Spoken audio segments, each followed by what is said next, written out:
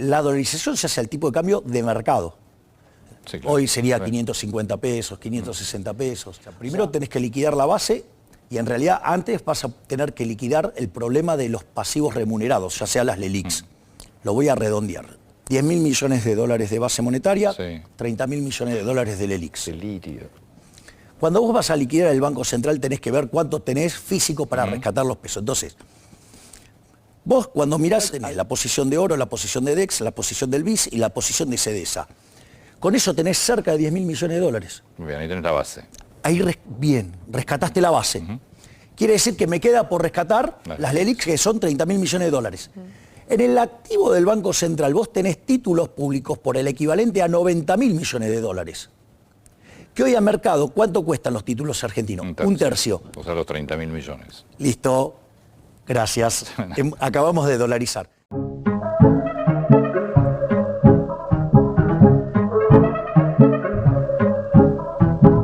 ¿Cómo estás, Javier? Bienvenido. ¿Qué tal, Antonio? Un gusto enorme estar acá. Bueno, muchas gracias por la visita.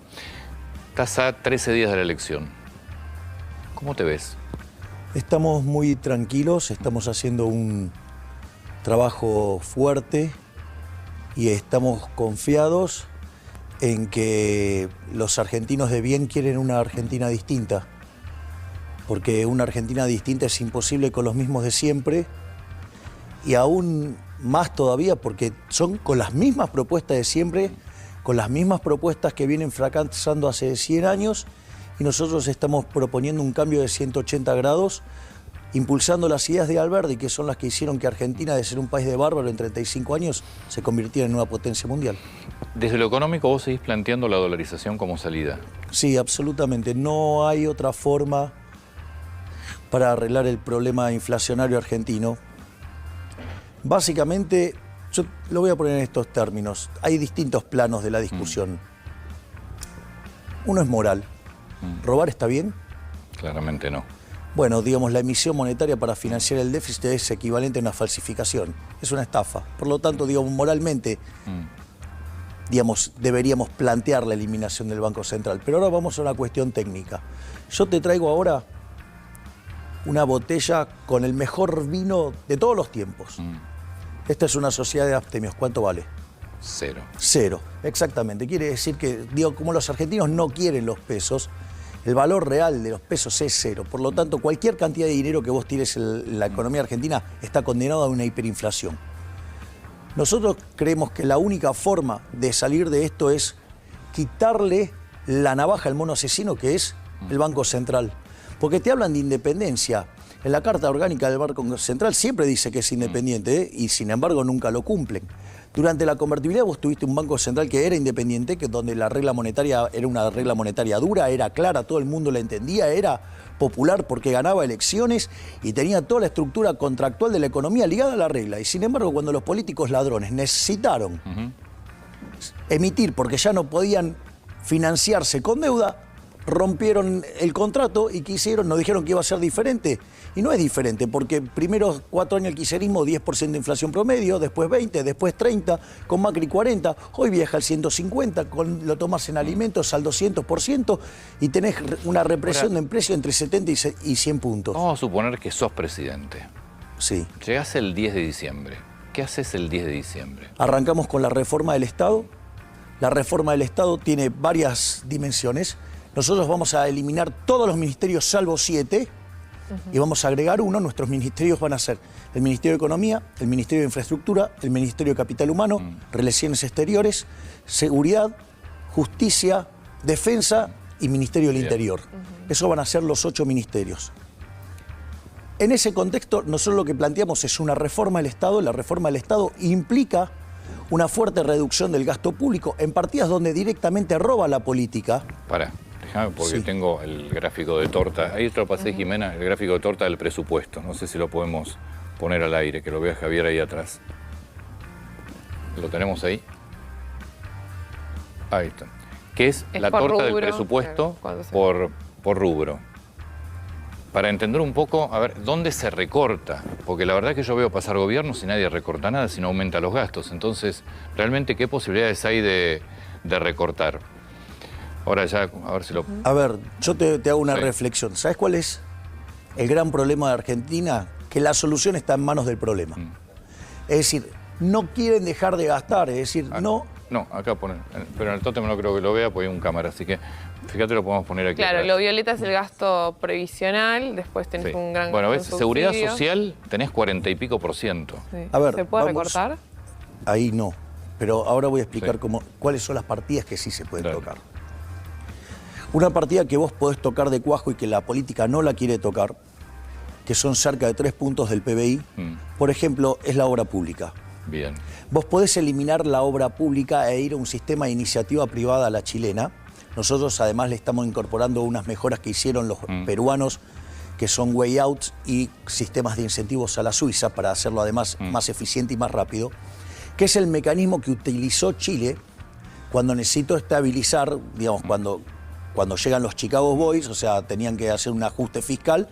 Entonces, ¿cómo hacían para ajustar? Entonces, diseñaron este mecanismo para que siga existiendo las obras de infraestructura, pero que en lugar de ser ejecutada por el sector público, sea ejecutado por el sector privado. O sea, la financia el sector privado. Exactamente. Que recupera ¿cómo? Un peaje en una ruta. Claro, es un BOT, un construir, operar y transferir. Sí, perfecto. Entonces, ¿la paga quién? El que la usa. Sí. Ese es el primer punto. Es más, hay mecanismos por el cuales el Estado te permite financiarte más barato, ¿sí? Que eso, digamos, es bastante razonable que suceda. ¿Por qué? Porque como cuando vos transferís esa obra va a quedar en el Estado, una de las cosas que puede aportar el Estado es un paraguas financiero para bajarte el costo financiero, y la contracara de esa es, transitoriamente vos tenés en los pasivos del Estado un PUT que se va a ejecutar bajo determinadas características, pero que es un monto muy chiquitito respecto a lo que es el tamaño de la inversión, muy chiquito. Con eso ahorrás 3 puntos. Ahí ahorras 3 puntos del PBI. Para que tengamos una idea, el déficit fiscal en Nación hoy es cerca de 5 puntos del PBI. Con lo cual, ya ahí tenés 3 puntos. Vos ahorrás los 3 puntos, pero la obra pública, en términos prácticos, se sigue haciendo, pero la hace el privado. Exactamente. Por eso hay un Ministerio de Infraestructura que canaliza esas obras. Porque cuando vos haces el planteo de la iniciativa privada, esa iniciativa privada, digo, tiene, no sé, yo quiero hacer un camino de acá a ahí. Sí. Entonces, pero ese camino es del Estado Nacional. La tierra. Sí, sí. Entonces tiene que hacer una evaluación si ese proyecto tiene sentido. Entonces, si le da el ok, entonces vos avanzás con los estudios. Una vez que se completa toda la fase de estudios, se llama una licitación pública, donde el que hizo los estudios puede perder. O sea, tiene un pequeño hándicap, digamos, por ser el que la presentó. O sea, ahí tenés para eliminar 3 puntos del PBI. Otra cosa que en general no se ve en el presupuesto, porque es algo que aparece ex post, y por eso lo podés usar una sola vez, o sea, es once for all, ¿no? Es una vez para siempre. Que son las transferencias discrecionales. Sí. ¿Y por qué las transferencias discrecionales son 5 puntos del PBI? Claro, no te van a aparecer cuando tenés el presupuesto. Porque ¿cómo aparece? Suponete que vos tenés una determinada estimación de recaudación. Esa estimación de recaudación está ligada a una estimación de desempeño del PBI y a una estimación de inflación. ¿Qué pasa? Como siempre se termina subestimando la tasa de inflación, a vos te aparecen nominalmente muchos más ingresos. Todos esos ingresos adicionales, en general, ¿cómo se gastan? Se gastan de manera discrecional, donde básicamente... Es clientelismo, básicamente. Bien, clientelismo exacto. político. Es una de las partes más sucias de la política, que es, se transfiere discrecionalmente a qué provincias, a las que son más opacas fiscalmente. Eso, digamos, son 5 puntos del PBI. ¿Cuántas veces lo puedes usar? Una. Pero vos fíjate que quiere decir que si vos pisaras el gasto público y esos incrementos de recaudación no los utilizaras para gastar, dejas en equilibrio las cuentas públicas y con lo que te ahorraste de la obra pública ya estás en superávit de 3. Además, vos tenés un problema con lo que tiene que ver con los subsidios económicos. Con esa porción, ¿qué pasa en un posible gobierno tuyo? Bien. Lo que vos tenés que hacer es una recalibración de la ecuación económica financiera del contrato. Está bien. Habla en lenguaje bien calle. Sí, técnicamente se llama así. Ahora yo lo traduzco. Voy a hacer el... Básicamente esto quiere decir que los ingresos que vos generás sean suficientes para pagar todos tus costos. Correcto. Incluido la retribución del capital. ¿Hasta ahí vamos? Está bien. Bien. Ahora ahí estás en equilibrio. Claro. Ahora vos tenés varias formas de hacerlo. Vos podés hacer todo ese cargo sobre el precio, o vos lo podés lograr de distintas maneras, reprogramando las inversiones, modificando la política. 10 años más de concesión, 20 años más de concesión. Otras cosas que vos podés hacer que son financieras, por ejemplo, modificar el nivel de apalancamiento, cuánto se puede endeudar una empresa, cuántos dividendos puede pagar. Eso te cambia el mix de financiamiento y te baja el costo del financiamiento. Pero en concreto, por ejemplo, con potenciar trabajo, ¿qué pasa? Dame un trabajo, porque este es un tema que son 5 puntos del PBI. Pero para eso son subsidios, lo que vos estás hablando acá es subsidios, pero básicamente de servicios públicos lo que estás planteando. Exactamente, sí, pero son 5 puntos del PBI. No, está. Entonces, veamos que son partidas muy importantes.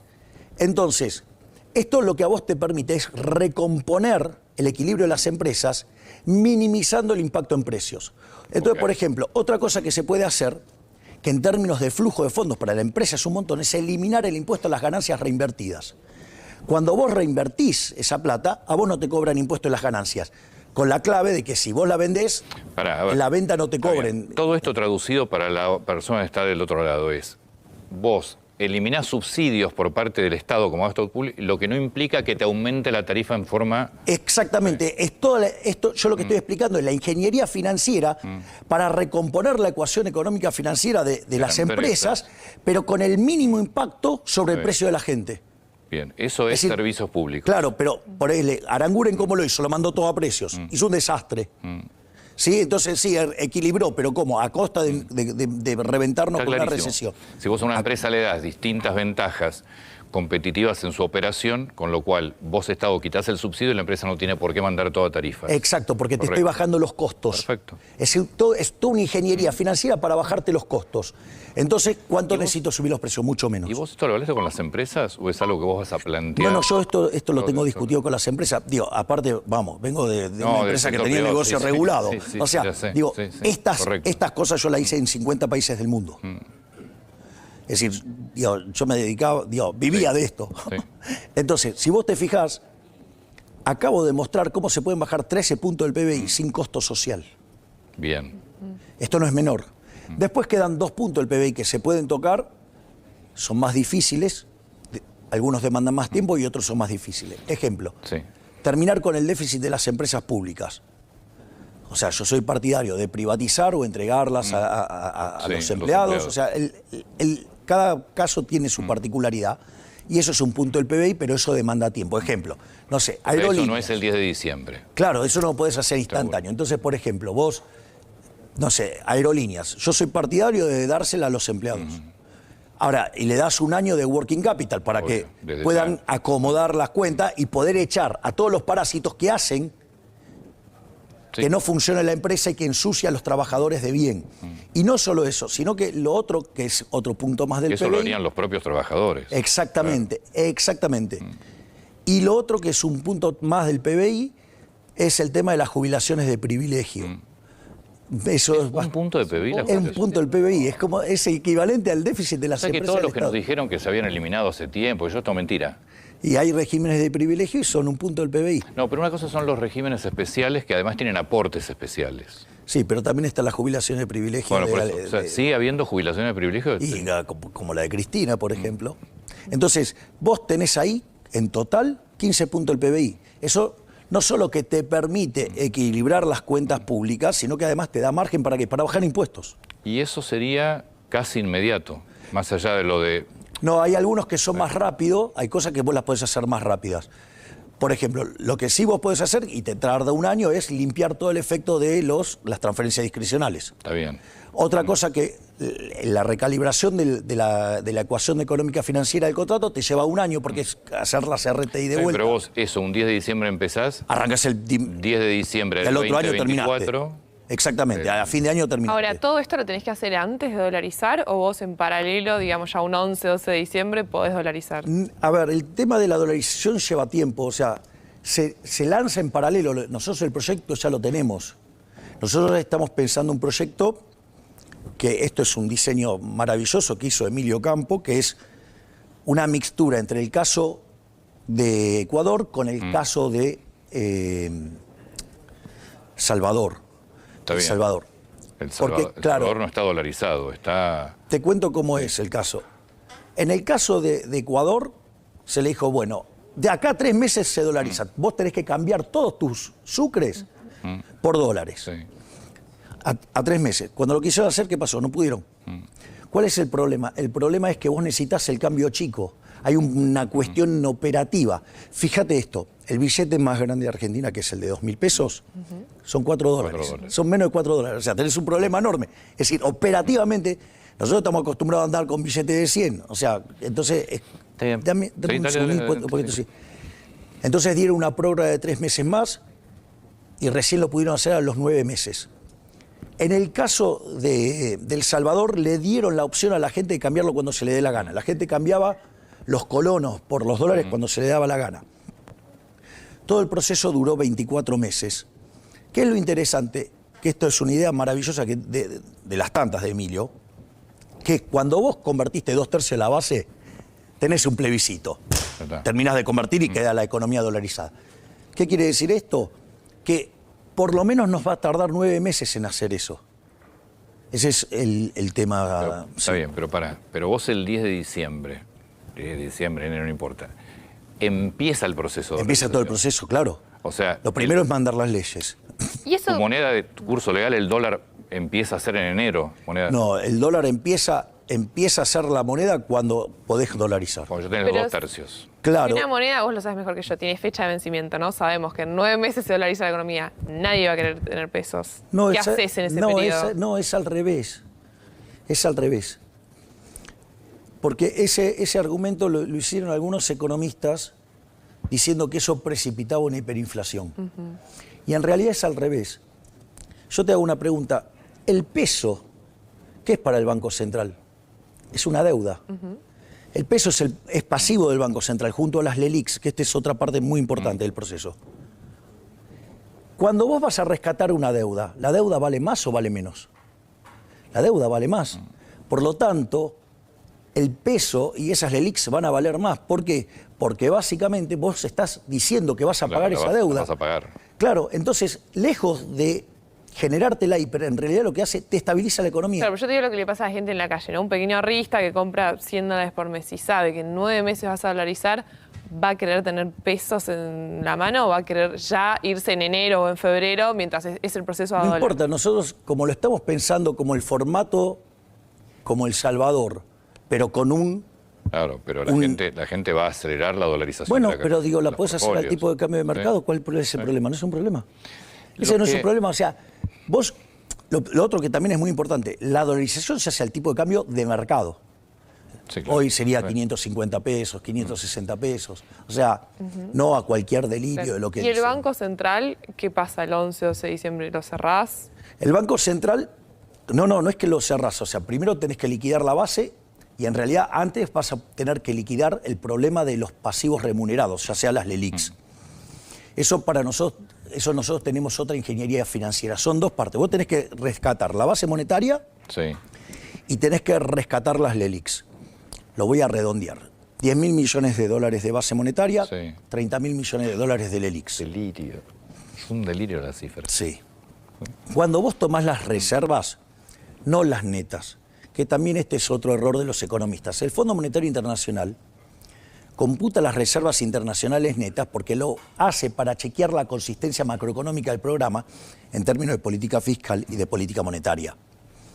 Cuando vos vas a liquidar el Banco Central tenés que ver cuánto tenés físico para rescatar los pesos. Entonces, vos cuando mirás adentro del Banco Central tenés la posición de oro, la posición de DEX, la posición del BIS y la posición de CEDESA. Con eso tenés cerca de 10.000 millones de dólares. Muy bien, ahí tenés la base. Ahí, rescataste la base. Quiere decir que me queda por rescatar las LELIQs, que son 30.000 millones de dólares. En el activo del Banco Central vos tenés títulos públicos por el equivalente a 90.000 millones de dólares. Que hoy a mercado, ¿cuánto cuestan los títulos argentinos? Un tercio. O sea, los 30.000 millones. Listo. Gracias. Acabamos de dolarizar. Ese es el mecanismo más fácil. Sí. Le avisan a Marta, por favor, ¿no? A partir de ahora. A ver, lo que quiero decir, este es el mecanismo más fácil, donde además es un negocio fenomenal. Porque ¿cuál es el riesgo más grande que tiene Argentina? El riesgo moneda. Por lo tanto, una vez que vos dolarizás, terminaste con el riesgo moneda. Además, por el rebote que te genera la estabilización, el riesgo de contraparte, o sea, el riesgo de crédito también decae. Y al caer el riesgo de moneda, el riesgo que desaparece directamente, bajar el riesgo de contraparte, el riesgo de tasa se hace muy chico. ¿Qué quiere decir esto? Que se te desploma el riesgo país. La tasa de interés cae mucho. ¿Qué quiere decir esto? Que los títulos públicos esos van a valer un montón. Es decir, el que entre en esa operación va a ganar la del campeonato mundial. Por eso también, que esa es la forma más rápida y esos dólares lo tenemos para hacer, porque eso es un negocio, tan claro el negocio. Lo que nosotros queremos... Perdona, pasa el chino con el agua, para vos. Lo que queremos hacer es el tema que... gracias. Avanzar en la de Emilio Campo para que parte de esa ganancia de capital quede adentro del Estado y eso te permita además reducir la deuda. Ahora vamos a la calle. Vamos a la calle. Vos empezás el 10 de diciembre, haces todos los proyectos de ley para reforma del Estado, para bajar la cantidad... Ya los tenemos. Sí, los presentás, claro. Vamos a ver cómo va a ser el Congreso, para reducir... ¿Vas a reducir cuánto? 14 puntos, inicialmente 13, 14 puntos. Nosotros estamos apuntando a bajar 15, digo, no lo lográs el primer año, o sea, es a lo largo de y un par de años. Y empezás todo el proceso del Banco Central y de Exacto. la dolarización. Mientras tanto, en la calle, la gente sigue cobrando en pesos. ¿Qué pasa con el cepo? ¿Qué pasa con el mercado cambiario? El día que limpiaste las LELIQs, puedes abrirlo sin ningún problema. O sea que inicialmente el cepo sigue. El primer tiempo de tu gobierno el cepo sigue. Sí, es hasta el que vos levantás las LELIQs. Que eso más o menos para el que está mirando, ¿cuánto puede llevar? Depende de cómo estructures la operación, puede demandar 1 mes, 2 meses. Está bien. Depende de cómo logres estructurar la operación. Alguien que te vote a vos se tiene que imaginar en febrero o marzo, por ejemplo, que se levanta el cepo y en septiembre de 2024, si sale bien el plan, más o menos Están todos dolarizar. dolarizados. Y es precio de mercado, porque viste que se hablaba de 2.000 pesos, 3.000 pesos, 7.000 pesos, porque le dividían la base monetaria y la cantidad de... Sí, pero tomaban definiciones de reservas Claro, tomaban la discutibles, cantidad... discutibles, le sacaban cosas que no le tenían que sacar y tomaban cantidad de dinero que... Tu dolarización es precio de mercado hoy. Precio de mercado. Siempre es a mercado. Siempre es a mercado, porque si no, no tiene sentido. En diciembre el dólar va a estar en torno a 700 y pico. ¿Qué es que no me importa? Siempre lo hago a mercado. Porque eso es precio, lo demás no es precio. ¿Cuál es el punto? ¿Cómo haces para que no se te vaya a precios todo eso? Porque viste en Argentina todos suben, aprovechan todo para subir. A ver, primero, precios medidos en qué moneda. No, hasta en dólares, tenemos inflación en dólares. Tenemos inflación en dólares. Bueno, acá hay, sí, pero acá por eso te digo, acá los comerciantes, empresarios, todos suben. Hay dos dimensiones. La inflación es la pérdida del poder adquisitivo del dinero. ¿Esto qué quiere decir? Que si vos eliminás el peso, no tenés más inflación. El punto es, y esto es muy atinente lo que estás preguntando. Es inflación en dólares en Argentina. Es si va a haber inflación en dólares. La respuesta es transitoriamente sí. ¿Por qué? Porque vos vas a tener que tener una recomposición de precios relativos fruto de 20 y pico de años de distorsiones. Lo voy a poner en estos términos. Cuando vos estabilizaste con la convertibilidad, ¿qué era lo interesante de la convertibilidad? Que solamente se emitía dinero contra demanda de dinero. ¿Qué quiere decir? Que oferta y demanda de dinero siempre eran iguales. Quiere decir que el poder adquisitivo del dinero no podía caer. Sin embargo, vos tuviste inflación desde abril del 91 hasta enero del 93. O sea, durante 20 meses vos tuviste inflación. Momento a partir del cual vos pasás a ser el país con menos inflación del mundo. ¿Por qué? Porque vos venías de dos hiperinflaciones. Venías de la hiperinflación de Alfonsín y la hiperinflación de Menem con el plan de Bungiborn. O sea, y eso... Digo, ahora, la pregunta es, ¿el precio de los alimentos en qué está determinado? En dólares. En dólares. En toda esta recomposición de precios, el precio que más va a subir de la economía, ¿cuál crees que es? El salario. Con lo cual, el nivel del... Ojalá, pero sí, ¿cómo es ese proceso? Porque nos cuesta imaginarnos a los trabajadores que nuestro sueldo... Porque en términos de teoría monetaria se llama el efecto Hume-Cantillon. Y es cuando vos ingresás el dinero, ¿cuáles son los precios que van subiendo? Ejemplo, supongamos que yo tengo una situación donde, no sé, se me cayó la demanda de dinero. Entonces, cuando se me cae la demanda de dinero, primero me sube el tipo de cambio, o sea, me sube el dólar. Después del dólar, ¿qué me sube? Me suben los precios de los transables, después me suben los mayoristas, después los minoristas y a la cola, ¿quién viene? el trabajador. Sí, siempre último. Claro, y bueno, por eso tenés la licuación de salario real que tenés. Desde la mitad del gobierno de Macri para acá, se perdió un tercio del salario real. Sí, sí. Y esa dinámica, ¿cómo se sostiene? Se sostiene con inflación acelerando. Es decir, vos decís, no tengo un problema en el mercado de trabajo porque tengo 7% de desempleo. Mentira. O sea, a ver, el decil más alto de la distribución en Argentina gana menos de $1.000. O sea, un chico en McDonald's en Estados Unidos gana 3.000. Dale, tenemos un problema. Pero mira, hagamos un ejercicio. Hoy el salario formal es de 2.70. Permitime terminar esto. ¿Esto qué quiere decir? Que en esta dinámica donde yo voy acelerando la inflación, los salarios corren de atrás. Hoy, claramente. Hoy. Hace 7 años. El día que yo paro, todos estos que venían corriendo de atrás, ¿qué hacen? Empiezan a empatar a los que estaban adelante. ¿Sí? Es la propia dinámica del sistema. Estás recomponiendo los precios. Si yo hoy dolarizo. Si lográs que te aumenten los salarios, más allá del... Pero toda la recomposición de precios que vos vas a tener, el precio que más se va a recomponer en dólares es el salario. Pero hagamos un juego, ¿no? No, es un juego. Si yo hoy dolarizo, por ejemplo, un sueldo formal sería más o menos de $490. Hoy, ¿no? Dolarizamos, yo paso a cobrar 490. ¿Qué hago o qué va a venir? Mi jefe y me va a decir desde el mes que viene ganás $1.000. ¿Cómo es eso en la práctica? Dólares. Ganás en dólares. Vas a ganar en dólares. Hoy tenés 270.000 pesos un salario promedio. Pasado a dólares, 490. Así sería dolarizado al valor de mercado. A mercado. A mercado. ¿Por qué mi salario en dólares va a aumentar para que yo gane? Siguiente. ¿Cómo salta de 490 a 1.000, por ejemplo? Bien. Vos ahora vas a tener precios que siguen subiendo. Sí. Y te van a seguir subiendo en dólares, que son los que vienen de atrás de los transables. En ese contexto, esa gente va a subir esos precios. ¿Y qué pasa? El salario le va a resultar relativamente más barato. Entonces, ¿qué es lo que va a pasar? Van a salir a contratar gente. ¿Por qué? Porque ahora los salarios en dólares son tan bajos respecto a los precios, ¿qué es lo que va a pasar? Se van a expandir productivamente. Sos un optimista, Javier. No, bueno, pero... Pero sos un optimista cuando vos pensás que las empresas van a pagar más salario. Yo ahí es donde tengo mis dudas, pero... A ver, lo voy a poner por la negativa. Suponete que no pasara. Listo, se terminó la inflación. O sea, eso está claro. Primer punto, se te terminó la inflación, con lo cual, ahora la pregunta es, la inflación, siendo un impuesto tan regresivo, ¿a quiénes a los que le pega más? A los que menos ganan. A los que menos tienen, por lo tanto, con solo eso es una mejora. Cuando vos tenés la recomposición de precios relativos, la empresa, cuando, digamos, se ve más rentable, se va a querer expandir. Cuando se va a expandir, ¿qué va a pasar? Se va a llevar los trabajadores... Ese proceso va a ser un proceso a partir del segundo año. Pero vos fíjate, esto pasó en 20 meses en Argentina cuando hiciste la convertibilidad. Sí, los salarios en dólares volaron. Segundo año. Bueno, está bien, digamos, o sea, la inflación vos dejás de emitir hoy, no para hoy, para dentro de 18 a 24 meses. Sí, es verdad que frenar la inflación es muy expansivo, digamos. Bueno, dejas de robar plata del bolsillo a... Bien, esa es la respuesta. Dejaste de robarle 25.000 millones de dólares al sector privado. ¿Ese es el costo de la inflación anual? Eso es lo que les cuesta a los argentinos de bien tener el Banco Central que imprime papelitos para el Estado. En los últimos 20 años el Estado le robó a los argentinos 280.000 millones de dólares con esto. Pero conforme la inflación es más alta, el robo es más grande. Este gobierno le está por robar cerca de 90.000 millones de dólares a los argentinos.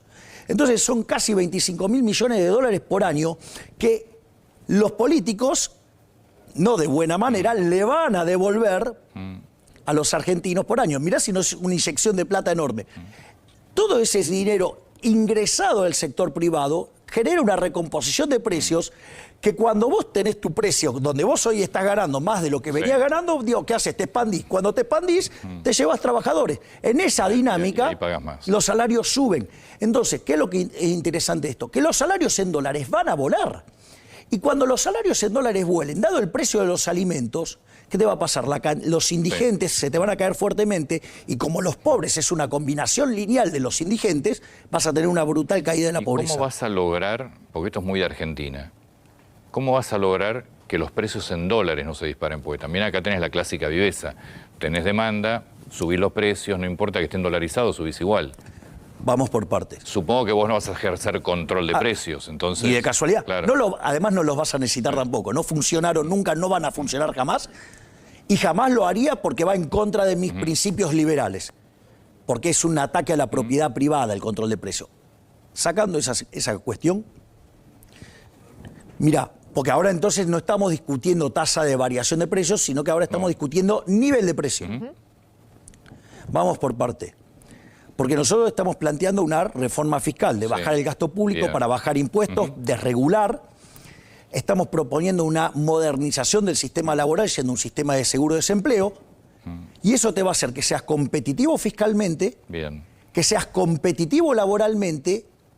Y dado que ahora vos sos competitivo fiscalmente y laboralmente, ¿qué haces? Abrís la economía de manera irrestricto. De manera irrestricto.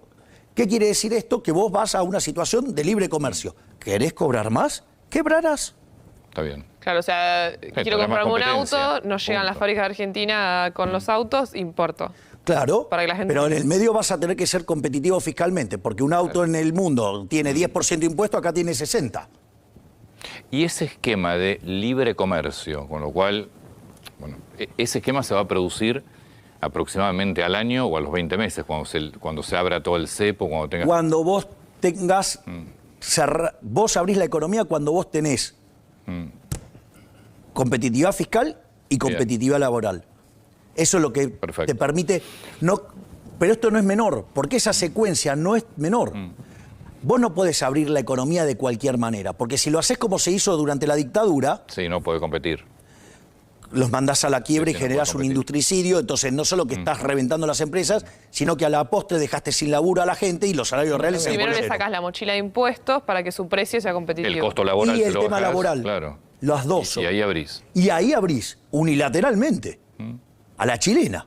Sí, sí. Ahora competí.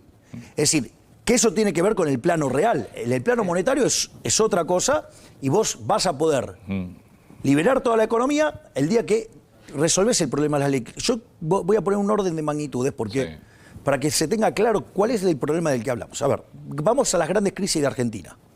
Rodrigazo, 14 puntos del PBI en el 75. En el 81, tablita cambiaria, 11. Hiperinflación de Alfonsín en el 89, 8.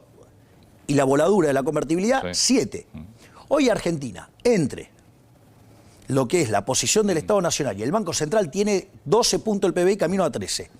De eso, vamos a redondear en 13, 5 puntos están en el Estado, 8 están en el Banco Central. Es decir, ojo con esto de creer que solamente arreglando el problema flujo se termina el problema. No, arreglando el problema flujo, llámese el problema fiscal, no se arregla el problema, porque el tamaño del problema stocks, lo que está pasando en el balance del Banco Central, es mucho más grande.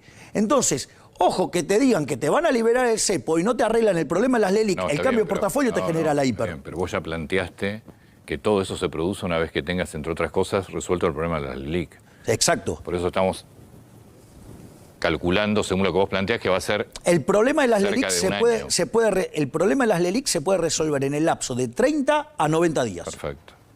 Lo que te demanda más tiempo es el problema de resolver la cuestión operativa de que los dólares empiecen a circular. O sea, que lo que plantea Patricia Bullrich de salir del cepo... Es un disparate. Lo único que te va a hacer es generar una hiperinflación. Abrís el primer día, el cambio de portafolio te genera la hiper. Bien. No, yo le quería consultar sobre el tema electoral. ¿Tiene fiscales en todas las mesas? Nosotros ya tenemos 80.000 fiscales en este momento, formados. Es decir, nosotros vamos a defender los votos en serio. Yo quiero volver sobre algo que planteaste. Obviamente toda la modificación del régimen fiscal es un tema que tiene que ir por el Congreso. No sé bien el tema del régimen laboral. Vos planteás seguro de desempleo. En su momento vos lo que habías contado es que hasta los propios sindicatos pueden ser las propias aseguradoras. ¿Eso lo tenés hablado con sindicatos? Sí, nosotros tenemos conversaciones preliminares. Vamos a ponerlo en otros términos, porque esto es para chequear la compatibilidad de incentivos. Argentina, saquemos el tema del empleo público, que hay ahí desempleo encubierto, hay desempleo maquillado que tiene que ver con el monotributo social. Hay un montón de cosas que vos la computás como empleo, pero que después, o sea, en realidad si vos lo limpiás no es así. Vamos a lo duro. Lo duro es el empleo formal en el sector privado. Sí. Son 6 millones de puestos de trabajo que está clavado desde el año 2011. No cambió. Y si no, está claro que los convenios laborales no sirven hoy como están. Bien, hay un problema. Y fuera del mercado tenés 8 millones de personas en el informal. Esto quiere decir que el segmento informal es más grande que el formal. Con lo cual, digo, el que está, el insider del negocio sabe que tiene un problema. El sindicalista sabe que tiene un problema. Primer punto. Segundo punto. En esta dinámica donde no se generan puestos de trabajo y una economía que no crece hace 10 años, 11 años, ¿cuál es el problema? Tampoco se generan puestos de trabajo. Eso hace que además, como la población sube, los salarios reales caen. Por lo tanto, tiene un problema de presión de las bases y la izquierda le está poniendo en jaque el negocio. ¿Está claro que los sindicalistas hoy, tal como están las cosas, tienen un problema grande? Sí. Claro. Bien. ¿Por qué? Porque tienen el negocio en jaque. Es decir, yo no estoy diciendo que son ángeles, estoy diciendo que son empresarios, no estoy diciendo que son sindicalistas. No, o sea, además pero, tienen el negocio en jaque por otros propios sindicalistas mucho más fuertes que después van a terminar siendo empresarios también. Bien, exacto. ¿Qué quiere decir esto? Que el modelo de negocio está en jaque. Ese modelo de negocio está en jaque. Además, conocen que hay un modelo de negocio que funciona, que es el de la UOCRA. Claro, el seguro de desempleo. El seguro del empleo, claro. Y lo que nosotros proponemos es un seguro de desempleo con mucha más profundidad financiera, que te lo arman las compañías de seguros. Entonces, vos vas a pasar de un mercado de 6 millones a 14 millones. Es decir, el mercado de trabajo, en lugar de ser de 6 millones, va a ser de 14 millones. Es decir, te creció el mercado un 133%. Punto 1. Negocio para los sindicalistas. Antes no había nada. Ahora hay 8 millones de primas. ¿Qué te dice la compañía de seguridad? Hola, acá estoy. Sí, digamos, ¿y qué crees que va a pasar? Se van a asociar. Digamos, o sea, los sindicalistas le van a llevar a las compañías de seguros ¿qué? Trabajadores para arreglar este problema. Por lo tanto, ¿y qué es lo más importante? Que vos limpiás la señal de precio de la economía. Entonces ahora podés empezar a generar puestos de trabajo. Esto es muy importante porque si vos en esta situación en la cual vos bajás la carga fiscal, eliminás la inflación, vos vas a tener un proceso virtuoso de inversión porque además estás bajando la tasa de interés. ¿Esto qué quiere decir? Que vos primero que vas a invertir mucho, vas a crecer mucho, pero como estás cambiando las condiciones del mercado laboral, que los estás haciendo flexibles y los salarios en Argentina están hiperdeprimidos, ese proceso que va a ser intensivo en trabajo. Esto no es menor, porque estos son reformas de primera generación, pero esta tiene un impacto muy fuerte ¿en dónde? Fíjate, mayor crecimiento, mayor productividad, mayor empleo, mayor formalización. ¿Qué problema te está arreglando todo esto? En teoría la pobreza y la educación debería atrás, pero y la te pobreza está reformando, te permite reformar el sistema previsional sin tener que perder derechos. Es decir, te permite, o sea, porque vos ¿qué vas a estar? Aumentando la cantidad de aportantes en términos de trabajadores pasivos, te permite tener mayores salarios, una economía en crecimiento, además cuando vos veas mayores salarios reales, la PEA te va a aumentar, por lo tanto vos vas a tener todo un conjunto de elementos que te van a generar un montón de fondos que te va a permitir hacer la reforma del sistema previsional sin dañar derechos. Bingo, no me van a decir que no es una obra de arte lo que acabo de hacer. Pero pará. Mi ley presidente. Tus dos, es decir, vos tenés todo el programa muy claro, pero está todo recontratado una cosa con otra. De no producirse una, no se produce la otra. Por ejemplo, si vos, la modificación del sistema fiscal dependerá de los acuerdos que hagas con el Congreso. Si no se produce la reforma laboral que estás planteando, tampoco se va a producir después la apertura de los mercados con libre competencia. Ahora la pregunta es al revés. ¿Qué tanta certeza de poder cumplir con todas las reformas para llegar al punto final? Vamos por parte. El primer punto que es, a diferencia de otros, y esto es histórico en Argentina, yo llego con mandato. Es decir, yo no es que no te estoy diciendo qué es lo que voy a hacer. ¿Te puede gustar o no? Seguro. Es decir, o sea, pero yo tengo una agenda muy clara. Es una agenda para bajar la inflación, para hacer crecer la economía y para exterminar la inseguridad. Esa es la otra parte que te iba a preguntar. Bueno, por eso, digo, la agenda está bien clara, o sea, no hay...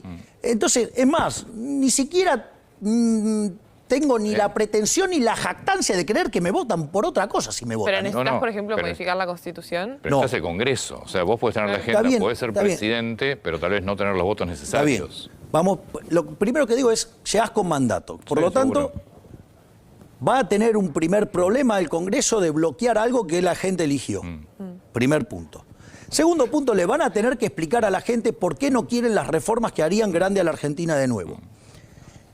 Si aún así hay un nivel de intención de tanta violencia y de tanto bloqueo, bueno, les voy a llevar para que se haga un referéndum. ¿Por qué hago un referéndum? Porque lo tienen que aprobar.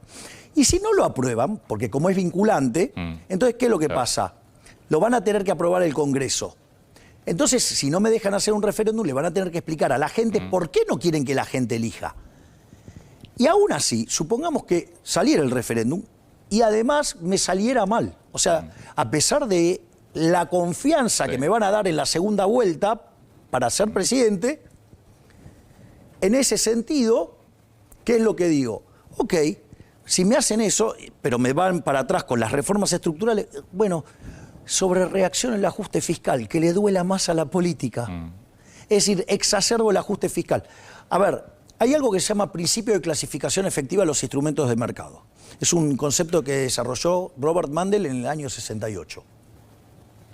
Es decir, digamos, para terminar con el problema de la inflación es la política monetaria. Para terminar con el problema del déficit fiscal es la política fiscal. Si a mí no me dejan terminar con el problema monetario de esta estafa que se llama Banco Central de la República Argentina, que existe desde 1935, no es que existió siempre. Argentina era una potencia mundial y no tenía Banco Central.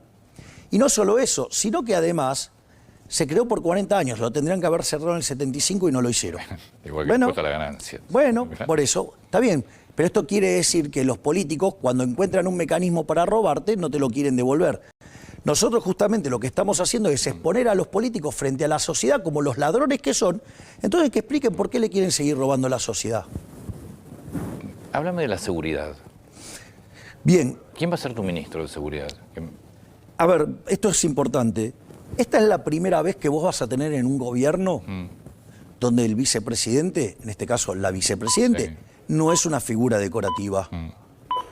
Es decir, los temas de seguridad y de defensa nacional van a estar en manos de Victoria Villarruel.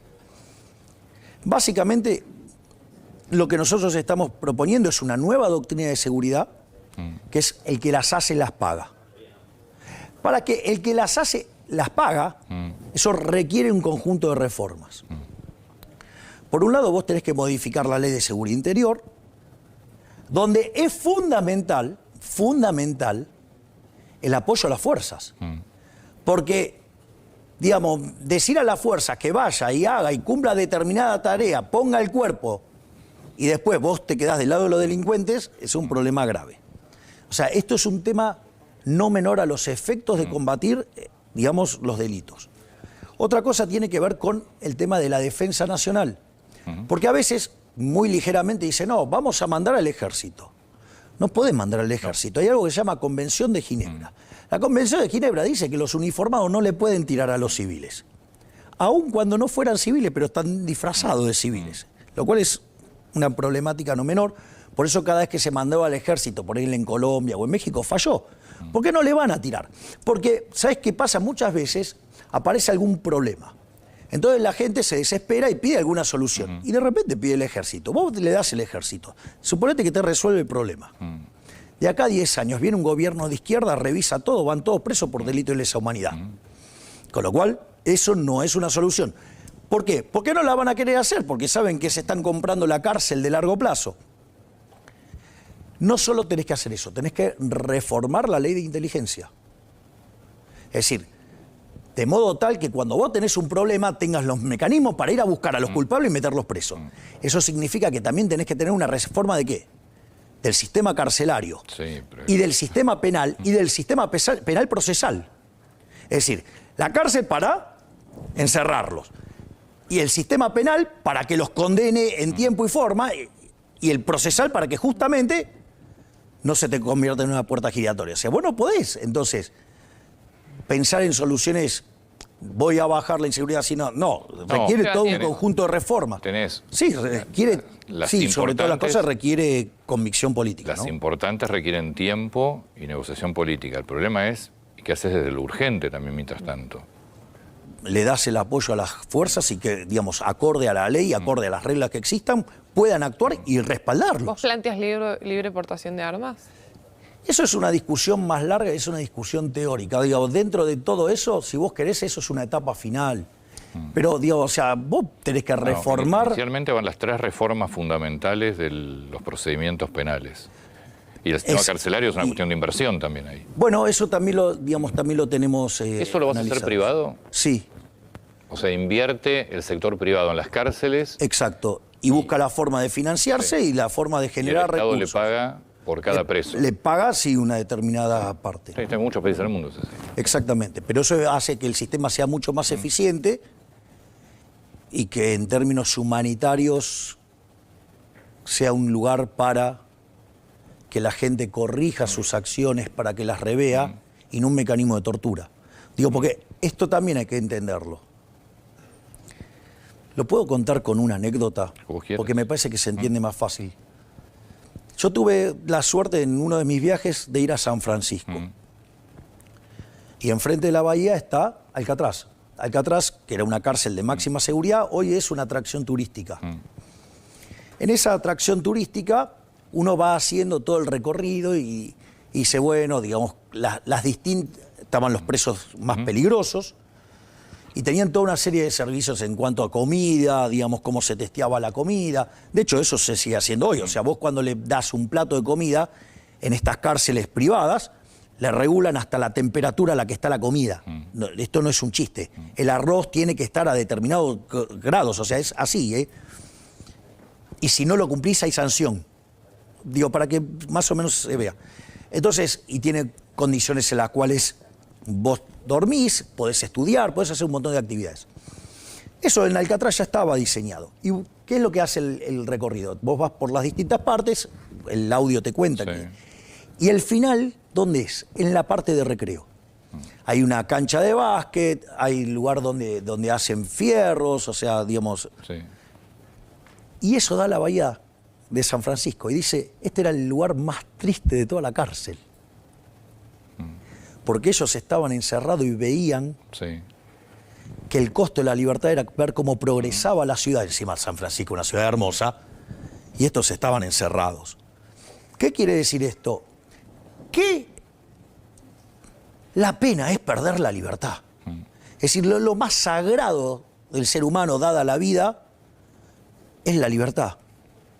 Entonces, hay que entender ese concepto.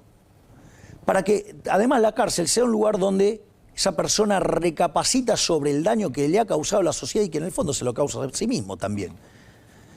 Y que sea un lugar que sirva para, digamos, que la gente se reeduque y se pueda después, una vez cumplida la pena, reinsertarse. Que nunca, jamás funcionó en la Argentina, ¿no? Bueno, hay que cambiarlo, sin duda. Nosotros proponemos una Argentina distinta. Primero no hay lugar. Sí, no, lo que pasa es que ahí pero donde si se lo das al sector privado... Claro, sí, hace sobre. ¿Cómo te imaginás la PASO? Dame proyecciones tuyas de resultados. ¿Qué imaginás que va a pasar? Porque en un momento dijiste voy a ser presidente una vez que gane el balotaje. Contame cómo imaginás todo el proceso. Porque nosotros consideramos que vamos a ser la fuerza más votada individualmente. Individualmente. O sea, vas a ganar, vos considerás que en la PASO vas a sacar más votos que Massa, que casi no divide, tampoco con Grabois casi no divide. Está bien, pero más que Larreta seguro, más que Bullrich seguro. Sí. Eso la PASO. Y eso nos posiciona de una manera muy fuerte para entrar a la elección general como segunda fuerza. Nosotros hoy estaríamos peleando el ingreso al balotaje. Y si entramos al balotaje, no me importa a quién me pongan enfrente, le ganamos a todos. ¿Es Patricia Bullrich una persona que sumarías a tu espacio si vos fueras presidente? Yo voy a sumar a todos aquellos que estén dispuestos a trabajar por una Argentina libre. Está bien. A ver, capaz que Larreta también está dispuesta y vos no te gusta, por eso te pregunto. Larreta no quiere una Argentina libre. Larreta es un colectivista exacerbado, es un kirchnerista de buenos modales. Bullrich sí. En algunas cosas sí y en otras no. O sea que no te preocupan los resultados provinciales. En Neuquén igual les fue... No, pero a ver, el tema es que no es extrapolable lo que pasa en una provincia de la nación. Mirá, ejemplo práctico. Antes de ganar la elección, Macri, perdió, no sé, provincia de corrido. Porque acá hay algo muy interesante, que esto me lo contó una persona que sabe de esto y que entiende de esto. El voto es un proceso muy complejo donde el que va a votar te transfiere a vos confianza para hacer algo. Sí. Ese vínculo es un vínculo muy delicado y que demanda mucho tiempo esa construcción. De ahí a que vos le transfieras, por ejemplo, a ella, ese camino es un camino muy largo. Yo igual ahí tengo una... A mí me parece que la historia de la Argentina del voto es otra. Yo no sé si yo votándote a vos te doy la confianza para hacer algo. Hay mucho porcentaje del voto es, votándote a vos, le saco la confianza a otro para que no haga... O sea, hay mucho voto en contra de y nunca a favor de, que este es el gran problema que tenemos. Yo creo que esta es la primera vez que tenés la posibilidad de votar a uno que es distinto. Porque si yo tomo los que están, Morales 34 años en el Estado. Larreta 30, Vidal 5, Bullrich 40, Carrió desde antes de la democracia, por decir Juntos por el Cambio. Del otro lado es el tren fantasma, así que no hace falta ni siquiera que, que te vengo a explicar quién es Drácula, es un chiste. O sea, entonces, no, porque a veces, viste, dicen, no los critica los K. Digo que son el tren fantasma, son Drácula, son todos los monstruos juntos. ¿Qué vas a hacer con los planes sociales? A ver, esto... Nosotros no pensamos eliminarlos. Nosotros lo que estamos hablando es de crear un nuevo ministerio que es el de Capital Humano. El de Capital Humano tiene, tiene 4 secretarías, vendría a ser. Hay una secretaría que es Niñez y Familia. Hay otra que es Salud. Otra que es Educación y otra es Trabajo. Cuando vos mirás la evidencia empírica del crecimiento económico, cerca de 70 puntos o más son explicados por el capital humano. Capital humano no se forma de un día para el otro. Digo, el que te dice que se forma de un día para el otro te miente. Entonces, la primer valla en contención, ¿dónde es? Que encuentra el ser humano, ¿dónde es? La familia. Por lo tanto, el rol de la familia es fundamental ¿para qué? Para que los chicos se alimenten y formen el cerebro. Fundamental, 3 primeros años.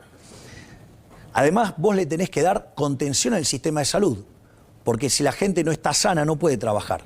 Y una vez que se formaron físicamente, que además están bien físicamente, ahí van a poder entrar a la escuela y rendir. Y ahí nosotros también tenemos reformas para potenciar la productividad. Y eso es lo que te va a permitir ingresar en el mercado de trabajo. 18 años. Te diría que es un proceso largo, pero el concepto es este. Nosotros no te vamos a dar el pescado, nosotros te vamos a enseñar a pescar. Si vos esto lo haces en un conjunto de reformas que genera mucho crecimiento económico y que es muy intensivo en trabajo, eso va a permitir que estas personas logren conseguir espacios en el mercado de trabajo y los programas sociales los van a ir dejando solos, que son las reformas de segunda generación. Es decir, bien, pero eso demanda tiempo. Eso no tocas planes sociales. De corto plazo no. Bien. Digamos, los planes sociales los va a dejar la gente como consecuencia de los efectos de las reformas de primera generación, sumado a todo un trabajo enorme, donde, fíjate, esto es un ministerio muy doloroso, porque vos vas a estar sembrando, y los frutos van a venir después. Pero que los proyectos de un país no son 5 años. Ni bueno, Antonio, yo soy el único que habla de acá a 35 años. Es lógico. Bueno, pero decime quién está hablando a 35 años. El único que habla de 35 años soy yo. O sea, y explico cómo se da la convergencia en 35 años, cómo en 35 años nosotros podemos ser como un país desarrollado. Mirá, ¿cuál es uno de los países que a mí más me gusta? Porque yo te digo, mira, a mí me gusta volver a la Argentina de Alberdi. Cuando en 1860 se anexa a Buenos Aires y se pone en marcha el proyecto de Alberdi, de ser un país de bárbaro, en 35 años nos convertimos en una potencia mundial. En un mundo que era mucho más lento. Vos me decís, no, bueno, eso pasó en el siglo XIX. Ok, te compro la idea. Esto lo hizo Irlanda. Lo hizo Irlanda. Irlanda era el país más pobre de Europa. Es más, cuando vos tomás la restabilización y que se acomoda y todo, y que poner que cuando el momento en que llega a $20.000 per cápita, de ese momento a hoy, ¿sabes en 30 años, ¿sabes cuánto multiplicó el PBI per cápita? Por 6. Tiene un PBI per cápita de $120.000, es más grande que Estados Unidos el PBI per cápita. Es decir, ¿se puede hacer? Sí. No, lo que hay que entender es que hoy la solución está en manos del problema. Es decir, mira, hay un libro que es maravilloso, que se llama The Next Convergence, que es de Michael Spence. Ningún especialista en crecimiento te lo va a recomendar porque ¿qué hace? Te da el recetario. Es decir, yo como tengo estas cosas tan atípicas, yo soy especialista en crecimiento y además te digo que ese libro está buenísimo porque está el recetario. Cuando vos aplicás el recetario, digo, o sea, es claro lo que tenés que hacer. No es que... El tema es si la teoría termina funcionando. La teoría sí funciona. Yo te compro ese argumento, por ejemplo, parado en 1776. Adam Smith, en su libro más conocido, en ese momento, su segundo libro, porque él se hizo conocido en ese momento por la teoría de los sentimientos morales, perdón, cuando escribe la investigación sobre la naturaleza y la causa de la riqueza de las naciones, para los amigos riqueza de las naciones, él lo que plantea es un modelo de crecimiento. Si vos lo mirás parado en ese año, decís, digamos, compartí porque está buenísima. Bueno, en realidad, ahora, a la luz de la historia, Adam Smith acertó y todos los pesimistas, desde Malthus y todos sus herederos, fracasaron todos. O sea, hoy con 250 años de evidencia de crecimiento económico, el problema no es crecer. Es decir, digamos, ya sabés lo que hay que hacer. No se sabe cómo crecer. Exacto. Claro. Ahora el punto es la instrumentación. ¿Qué pasa? Aplicar las ideas de la libertad va en contra de los intereses de los políticos. Fíjate esto, va a venir un político y te va a decir que te pide el voto para que él, desde su fatal arrogancia, arreglar los problemas de tu vida. Yo es al revés, te digo, dame el voto, así yo te devuelvo el poder de ser el propio arquitecto de tu vida. Y vos disfrutás los beneficios y te haces cargo de los costos. Muchas gracias por el tiempo, te hemos exprimido. No, por favor, yo puedo estar horas así. Muchísimas gracias. Gracias, Antonio. Gracias.